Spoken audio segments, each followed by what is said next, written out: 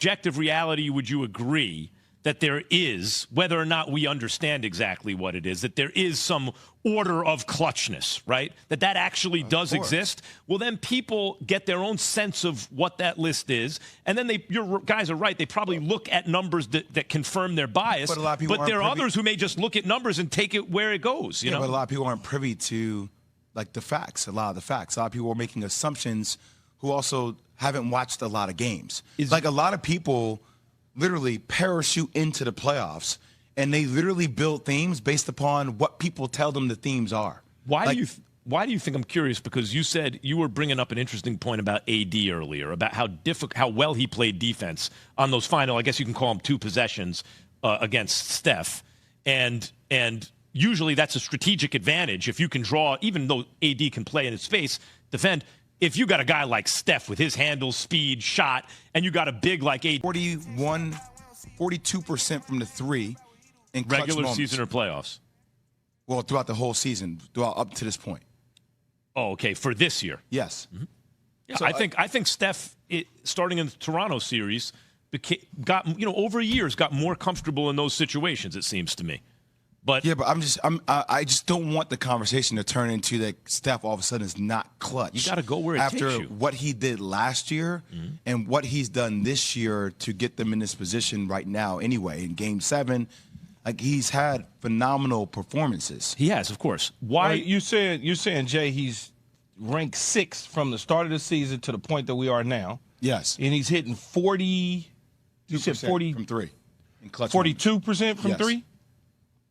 I mean, that's what not does he bad. hit normally from 3? I don't have all the info here. That's not bad. I know how. I know what body. It's a clear body of work from the beginning of the season to where we are now. I just know how things sound. Like 50 seconds, or like, all right, well, now you're skewing, you're cutting the pie somewhere. Yeah, you're like cooking the books. That's sometimes when you get when you get data points or you get percentages like that, it's to fit a narrative of what somebody wants you to believe instead of looking at the entirety of it. And I just don't want the conversation to turn into all of a sudden we're calling Steph Curry not clutch. Maybe he's not as clutch as LeBron James. Well, and LeBron James is not as clutch. 3-point shot that was literally 5.5, 6 feet behind the 3-point with line. a hand in his face. Yes, he wouldn't have settled. It should have been you try to get to the ball to the sweet spot, give a head fake, feel where AD is on your backside. But the problem is AD is very, very long, man. Like, there's certain, like, I went on Get Up a couple years ago and I talked about Kawhi Leonard has like an 8.5-foot wingspan, right? Where if you were to pull out a ruler and just spread it, it was like an airplane, right? So when AD, what was our whole conversation before the show started? We were like, man, can you imagine if AD actually got down into a stance? A lot of times he catches the ball standing up. If you look on that last possession, he was down in the stance. When he's down in the stance, Key, you talked about being at the game, actually seeing how tall and long dudes are. Look how AD's hands are out. Like, his arms being out deter your vision and make you think twice, because now all of a sudden he can block your shot by playing far off you because it doesn't matter. No matter who you are. No matter who you are, because of his size. But normally, Key, would you... And it would be a tape measure, Jay, not a ruler. Yeah.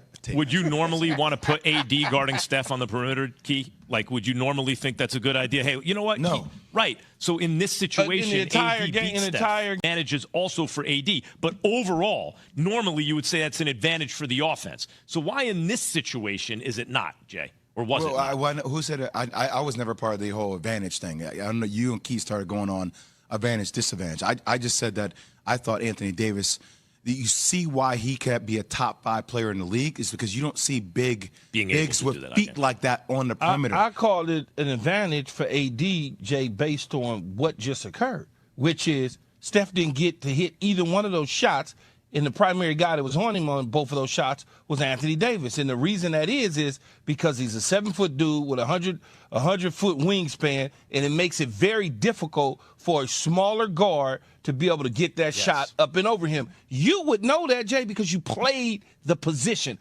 I can only look at it from my eyes as being an athlete and saying that's a very difficult shot to make for a smaller guy. over bigger people. Okay, we're talking past each other a little bit. Let's move on to How are we Julius talking Randle. past each other? Because I get that point, Key. You've made it crystal clear, and I agree that there Yeah, are I'm making it crystal certain- clear because I'm talking to Jay about this. I want him to understand I was the person that said that. There are certain advantages to it that Jay has acknowledged, and I can understand also, right? But overall, you're focusing on the advantages for AD. Overall, normally, if you suck a guy like that out to the perimeter against a player like Steph, it's an advantage for Steph. So what that tells me is in that moment, AD's defense was significantly better than Steph's offense, since Steph is the one who Steph made 2 shots off Yeah. it throughout the course of the game, Yeah. right? He made 1 step back 3, I think, in the first quarter. And then he had Another the drive with a layup. Yeah, Exactly. They with got the AD blue, on him, right? and they took advantage. But this Yeah. is but also one of the things that this is at the end. Good. That's of a what I game. want to know. Why is this Game situation in the game. at the end of the game? Why is that different? Well, I mean, it was last resort. You got to it. Like you had And to it do makes it more difficult. Right. Why? That's what I'm trying to find out is why is it more difficult, Jay, at the end of the game for Steph? Probably cumulative effect, the fact that Steph has been dragging his team the whole game. He has a 30-point triple-double, and that every possession is they're not running a continuity anymore. So every possession has came down to, that's why it's like, look, at the end of the day, Steph's body isn't built like LeBron James' body. LeBron James's body at 6'8", 235, 240 pounds is built to withstand a lot of the endurance that comes along with carrying a team possession by possession as relates to ball. His diet of the volume of pick and roll, like that wear and tears on your body, man. Your legs become heavy in the games. All right. People still want to talk about this. We haven't even gotten to the Knicks and Julius Randle and Jimmy Butler yet. Yeah, I'm kind of with you on that. Heat are up 3-1. So are the Lakers. What does this mean about who's heading for the finals? Denver suddenly knotted up after looking like Booker still going crazy. What do we expect from him? Can that possibly continue? 888-SAY-ESPN. Keyshawn, J. Will, and Max. We are presented by Progressive Insurance. So, should we now consider the Lakers, all that said, the favorites to win the whole thing this year, to be their second championship in 4 years? Keyshawn, J. Will, and Max, ESPN Radio. Always be somebody more clutch than somebody else, depending on how you form or shape the narrative that you're trying to put together. But you guys are acting